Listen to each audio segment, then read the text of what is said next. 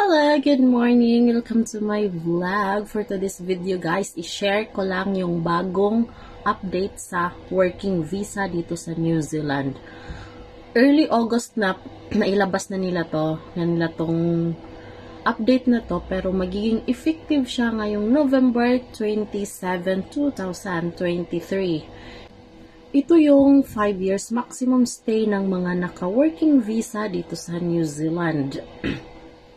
So, starting November 27, 5 years na lang ang i-allow nila na maximum stay ng mga working visa ang gamit dito sa New Zealand.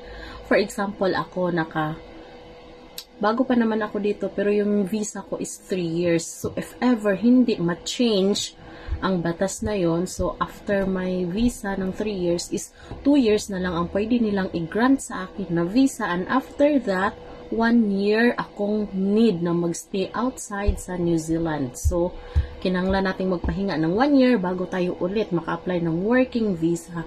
Good news ba ito? For me, natatakot ako na hindi siya good news kasi wala naman ako sa green list.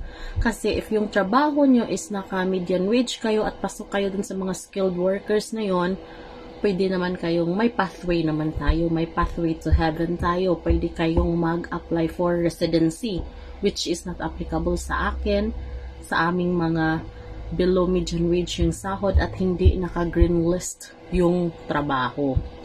Anyway, sabi naman ng mga nauuna dito, matagal pa daw yan, huwag kabahan kasi every year nag-change ang batas ng immigration.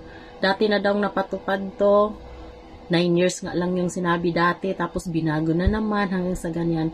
So, let's pray na lang na magbago yan, and kung ano man is, sana makakuha kami ng mga median wage, which is allowed kami maka-apply for residency. So, ang tanong, pwede ba kaming makalipat? Pwede ba kaming makahanap ng ganyang sahod? Pwede naman. Ngayong nandito na kami sa New Zealand, pwede naman kaming makahanap ng company na willing mag-sponsor sa amin at magbigay ng offer na gano'n. Siyempre, pag lilipat ka, hanap ka na ng medyo malaki ang offer. Kasi hindi ka na first time dito eh. Parang second company mo na yan. Siyempre, maghanap-hanap ka na para saan pa kung lilipat ka kung di mo naman makuha yung goal na ina-achieve mo, yung sahod na ina-achieve mo. So, may chance na ganyan, may kakilala akong ganyan na lumipat ng other company to other company. Siyempre, dadaan pa rin tayo sa process.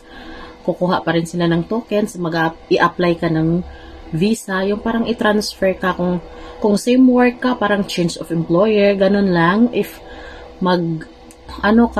yung ibang.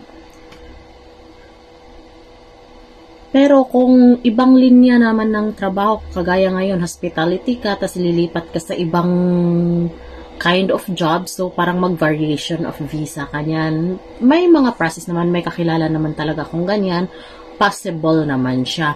As long as makahanap ka ng employer na willing magbigay sa inyo ng visa, willing mag-sponsor.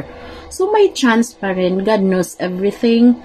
So, wait na lang tayo, update na lang tayo, malay natin by January, magbago na naman ang batas na yan. So, relax lang muna tayo. Ang importante, updated tayo sa bagong batas ng immigration regarding sa ating mga naka-accredited employer working visa. Thank you for watching!